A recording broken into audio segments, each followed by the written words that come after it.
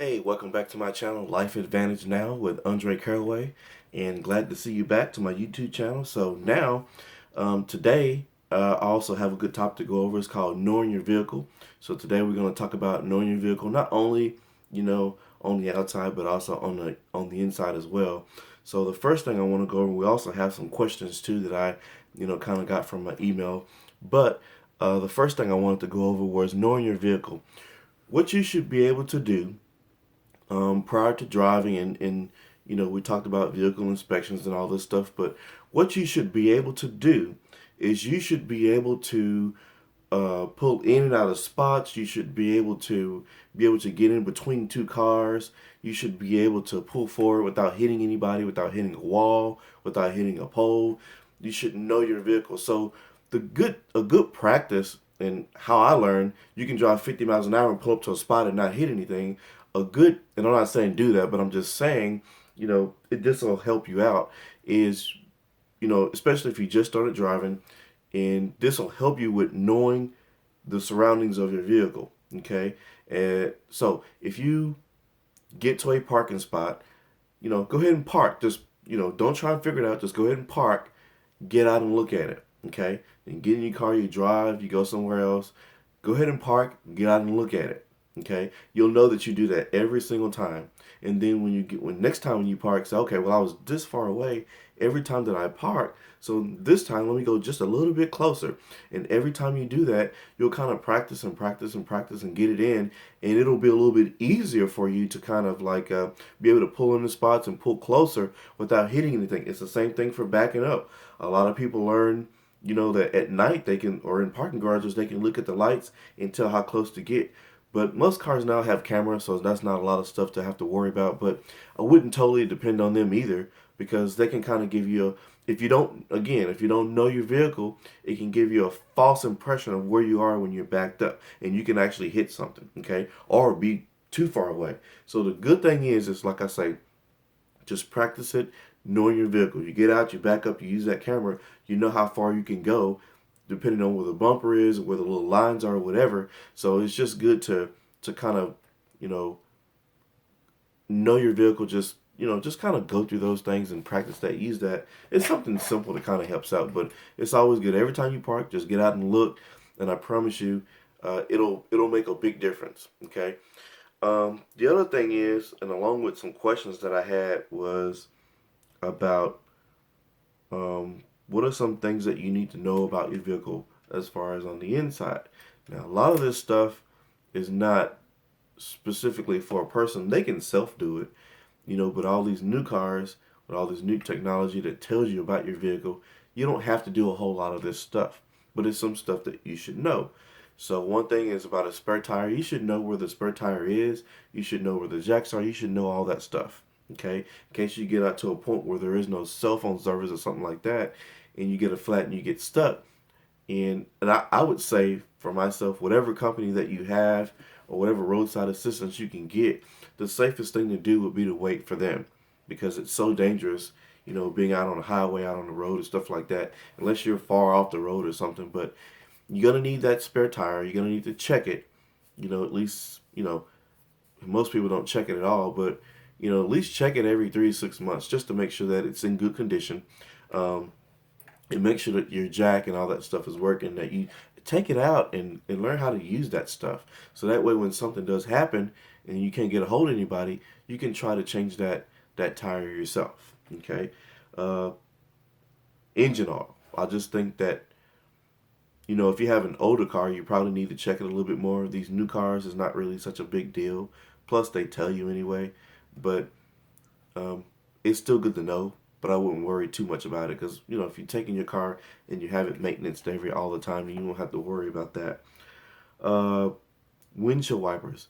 I had a question in my email to ask me about when should you replace your windshield wipers. I would say every 3 to 6 months. The thing about that is, it really just depends on how often you use them. If you live in a rainy state, then probably every 3 months. If it rains every now and then probably every 6 months. Okay, but you do need to change them. And I know a lot of people don't remember. That's why when you go to that that car care place that's asking you to change them, that's probably your best opportunity to do that. Okay, even if you don't use them that much. Okay, because that's going to help you to remember. Because I know you would hate. It will be it will be a really bad idea or be unpleasant. Once it starts raining and you forget. Oh, I forgot to replace those, and they're not doing you any good. So just try to stay on top of that kind of stuff. Just if you have to make a list, then make a list. Vehicle fluids. They say top off. You shouldn't have to top off anything unless unless you have a leak or something like that. So if you're always topping off something, then you might want to go and have your car checked out because you probably have a leak or something like that that you don't know about, or a slow leak. Okay, but you shouldn't have to keep topping off stuff all the time. Tire pressure. This goes back to what we were talking about, vehicle inspection. So if you go back and you look at the previous videos I made that talks about vehicle inspection, you should know about tire pressure. Okay, you should know how much pressure goes in there and where it should be at. Know to check them. But I mean, this is stuff that's also going to help your gas mileage and all that stuff. So making sure your tires are in good condition. Headlights and tail lights. Headlights. Most cars now, the light stays on for safety reasons. Okay. Tail lights can be very dangerous, so you want to make sure that you always have those, that they're always working. Okay, you can check those. You can at night you can back up to something and see if they're working. I mean, it doesn't take a genius to figure that out. But like I say, if you're skipping a vehicle inspection, remember we talked about that before, then you could have more issues than what you think. And that's one of the things because they're going to check all that stuff for you. Let's see what else.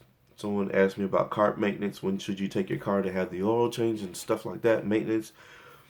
I say every 3 months, which will be every 3,000 miles. Some of the new vehicles now, it's every 5 months to 5,000 miles. Okay, really depends on too how you drive your vehicle. If you're just in the city, then you can follow their maintenance book. But if you're always on the road and you're driving, you probably need to do it a little sooner, okay, just to keep your engine a little cleaner, okay. Shocks and struts.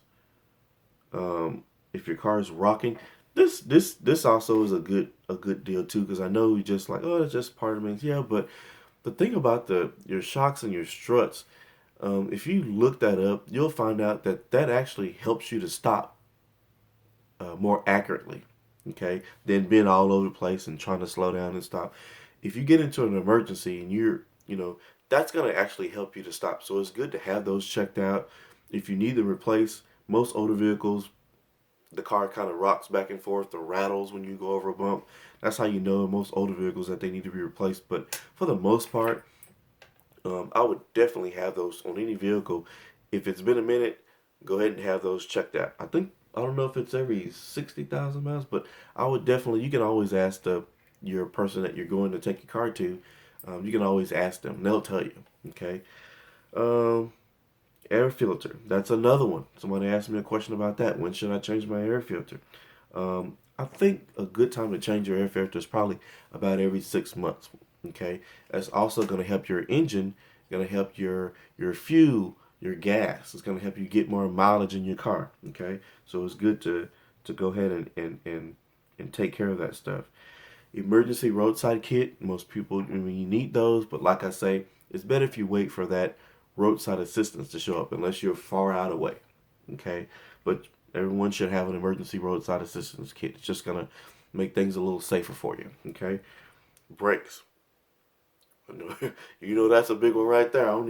I shouldn't even have to get into that. But I mean, if you hear noise down there, you hadn't heard before, or squealing, or all that kind of stuff, go ahead and take that car in and get it worked on. You don't want to be out there driving around, and you're going 80 miles an hour like most people do, some 95, and not be able to stop. That's the thing I'm talking about. You have to think beyond common sense. If you know that your vehicle isn't up to par on maintenance, why are you going to go out there and drive 150 miles an hour? Okay? Like I say, you're putting yourself at risk and everybody else. Okay? But that's why I say it's really, if you're skipping a vehicle inspection, then it is going to be bad business for you. And the last one is get a good mechanic.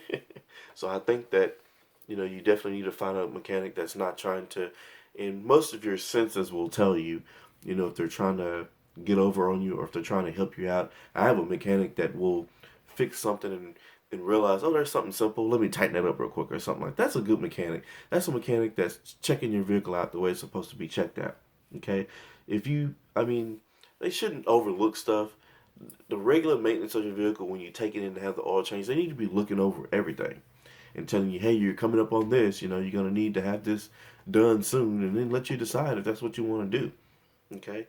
But just remember, you always need to know about your own vehicle. Okay? And I know sometimes most people are driving, somebody else's vehicle, but you need to just, know the surroundings of your own car. Okay? And like I said, if you're driving somebody else's, then that's when you need to be cautious of, driving and being around others and all that kind of stuff. But again, like I always say, you want to drive beyond common sense. Okay, so like today's topic was about knowing your vehicle, and we'll have some more questions coming in, and totally love that. But please subscribe. Again, my email is Andre Caraway at lifeadvantagenow.com. So please send your comments and your emails and just let me know what you think. And again, like I always like this to point out there, if you're tired of working at home, if you're tired of working, every day, driving your life away, doing the 9 to 5, or maybe it's, more than 9 to 5, then you should love to work at home, versus not working at home. But you get where I'm going with this. So if you are, again, down in the links, I have something that you can check out. It'll be a whole lot simpler. We have a team that can actually help you get through the process, get through the training. I think you'll love it. Like I always say, what does it hurt to go and check it out? So, again, just let me know what you think, and I will see you next time.